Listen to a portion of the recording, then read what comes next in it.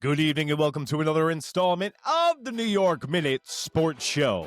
Is Pete Alonso going to be a Red Sox and the Yankees make a signing of a starting pitcher that we needed back? It's New York Minute Sports. It's New York Sports for New York Nuts. Don't forget to like. Don't forget to subscribe. Let's go! It's New York Minute Sports. What's going on? Baseball, hot stove, rocking and rolling. Stove.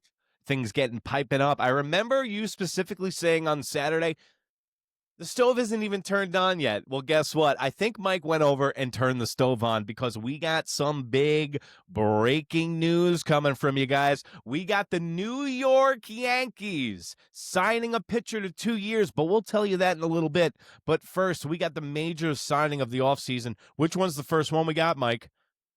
Josh Naylor is heading back to Seattle. 5 years, $100 million. We got breaking news. Josh Naylor going back to Seattle for 5 years. Did they get a number on that yet? Has it been released? Approximately between 90 and 100 the deal is going to be. For 5 years. Not bad. $25 million a year for a first baseman, especially in Major League Baseball right now where everyone is clamoring for first baseman. Not to mention the monumental playoff run that he had with the Seattle Mariners last year. Came from the Cleveland Guardians, really was the breath of fresh air for that Seattle Mariners team.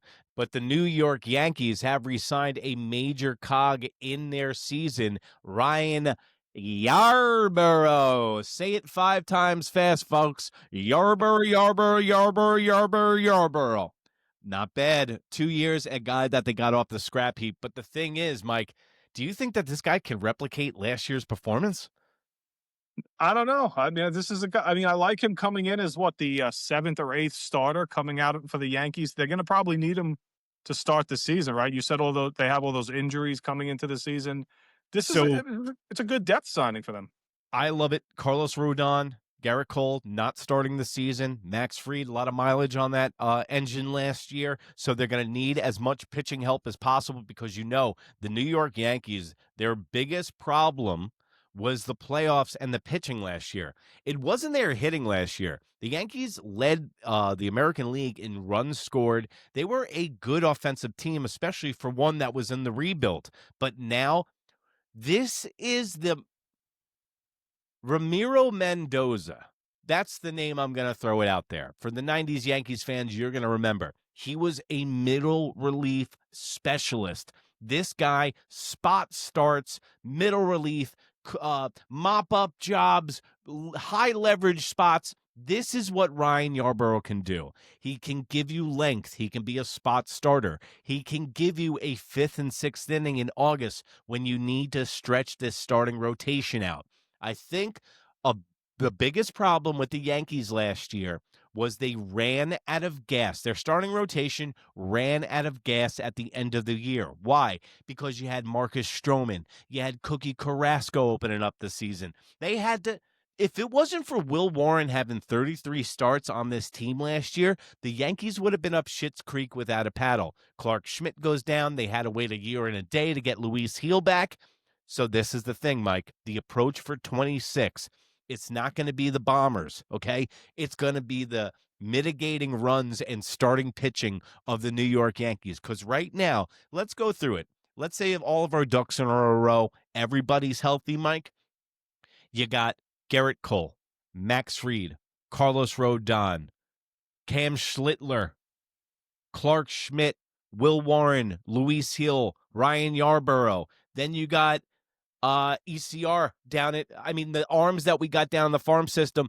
And I even heard Brian Cashman making something to the effect during the press conference of the fact that they have 3 arms in their farm system that they think can fill out the rest of the bullpen. Now, Brian Cashman hasn't reloaded the bullpen in a while with our arms from our farm system, okay? So now we are due for some closers. Also, Luis Gil, make him into a closer. I know that he walks a lot of people, but that might be him trying to concentrate on his control to last more than 6 innings. If this guy, Luis Gil, if you can harness him to be a closer, he looks like a Duvall kind of guy. But you know what? I want Edwin Diaz. And that's who I want. Diaz, is it? Not a, people are gonna laugh at these type of signings with Ryan Yarbrough, but the importance of these type of guys to have in your rotation to just stick out there, like you said, throughout the season and eat up innings. Do you know any Yankee fans that are just gonna be like, "Here we go, bargain bin hunting. Yep. Cashman being Cashman again. Here we This is probably go." one of the smartest moves that the New York Yankees could make. This is also, man, it's like this. Brian Cashman, yeah, he can go out and get the top guy on the list because Stearns is guilty of this too. It's a lot of fun finding a diamond in the rough that you only pay $2 million from, and you get production of a $75 million guy. I'll give you a perfect example, Mike. Tim, King of the Hill from AutoZone. By the way, buy one oil filter, get two free, and I sleep with your wife. Dealer's choice. Woo! But he's a left-handed specialist, right? They brought him in off the goddamn scrap heap. They just re-signed him. Yarbrough is another lefty specialist that could be a middle relief out of the bullpen and your eighth starter at this. Listen, there's going to be injuries to the starting rotation. It's going to happen. It happens every year. All spring training is to get these guys reps, get their arms strong, and you hope and pray that there is no injuries, okay? That's the only thing. And I believe that injuries are cyclical. Like, if you didn't have a lot of injuries last year, you might have some this year. I know that's not the way it works, but I'm mental. But listen, speaking of mental, Pete Alonso, all right? Your boy, your first baseman that the New York Mets want back. Breaking news right here, New York Minute. The Boston Red Sox are offering Pete Alonso 4 years at $110 million for the All-Star first baseman. Now, what did you say that the Mets were offering Pete Alonso?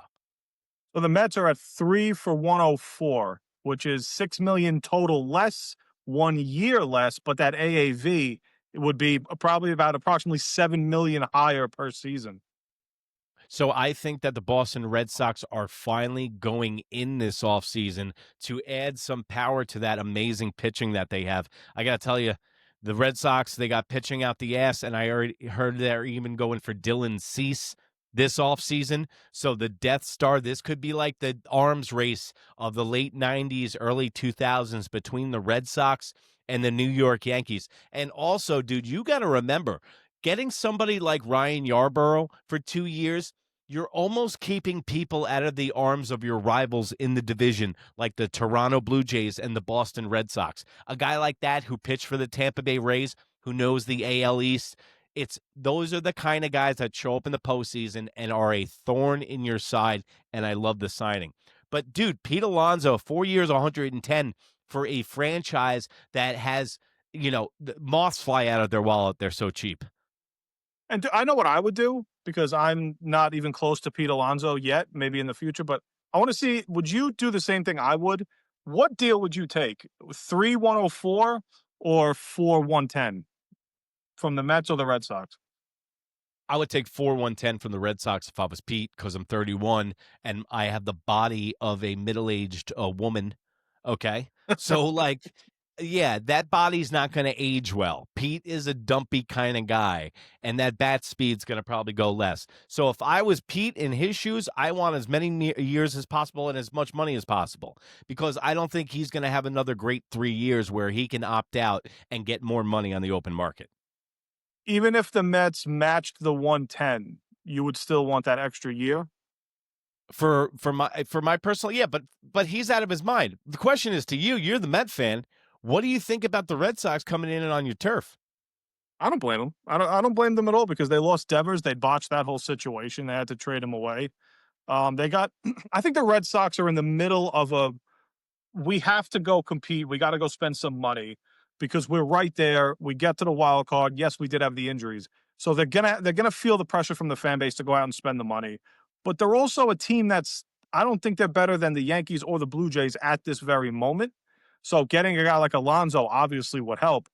I think the Mets need to just do what they can to keep him as a DH at this point. I might get a lot of shit for this, but I don't care. That's why I tell you the truth right here on New York Minute, NEWYRKMIN, and also Pudgy Boy Sports with a Z from Mike on Instagram. Go and check him out. But the reason I'm going to get shit for this is that the Yankees were so lucky that that was a 3-game set against the Boston Red Sox during the postseason, because if that was a 5-game set, the Yankees were going to lose that one due to the pitching matchups. We didn't even, and Lucas Giolito was hurt. So the Red Sox are rebuilding the Death Star. They've been hearing nothing but shit from their fans for the last 5 years about how this team doesn't want to pay and how they let Mookie Betts walk out the door, and he's been winning ring after ring. Dude looks like he's got 3.5, technically, because of the pandemic year. But the Red Sox are making moves. The Yankees are making moves. And just like I said to you, Mike, was that the Mets, they're just trying to get back to homeostasis, and they missed the playoffs. Yeah, the Mets are, like I said about the Red Sox, like I should talk. The Mets are at that weird stage where they know they have to have a huge off season. Huge off season. A huge, not just like let's try to patch a couple of guys here and there. They need to get a couple of A-plus guys and also add on to that. There's no budget for Steve Cohen. Obviously, he's not going to spend $500 million, but letting Alonso go to Boston or letting Diaz walk, the fan base will just implode at that point. But I mean, at this point, I do trust David Stearns in getting it done. He's clearly showing the ability to not want to go long term with players, but pay them more money in a shorter AAV. I think you just want one of the GMs you root for to be actually, have a brain. I think that's what you're rooting for here. I've seen that, you know what? I've seen Stearns do it in Milwaukee with nothing. So yeah, but wouldn't I don't know. I want to right see if he could do it, dude. So, but that's what I'm talking. Your GM's asleep at the switch here, bro. Like, wouldn't Yarbrough be a perfect fit for the Mets? He would, but then it would be the same thing. $2 million. That's a Stearns special right there, bro. Yeah. I mean, I don't know about Stearns you, might man. have offered him more. I'd be a little more well, I am definitely a little more tightly wound than you are, but I would be definitely fucking beating down the door on get that phone number, Mike, and call him up. We got Cashman giving press conferences. We got Trashman already signing Yarbrough. Okay, he gave a $22 million deal, Trent, and rumors are he's not going to accept. Thank you, Amas Mio. Thank you. That Trent Christian won't re-sign. Hopefully, he's talking about getting $26 million from somewhere else. Oh, perfect. Get that 4th round pick and for the Yankees. Bye. You go bye now. Okay. Yeah. So Hot Stove is just warming up. It's just getting cooked up. You got Naylor going back to the Mariners. The Red Sox offering Pete Alonso 4 years at 110. The New York Mets are scrambling to get back to homeostasis. And the Yankee fan right here is over the moon for a $2 million left-hander that was bagging groceries last year at Ralph's. So remember, if you can't be good, be bad, baby. Bye.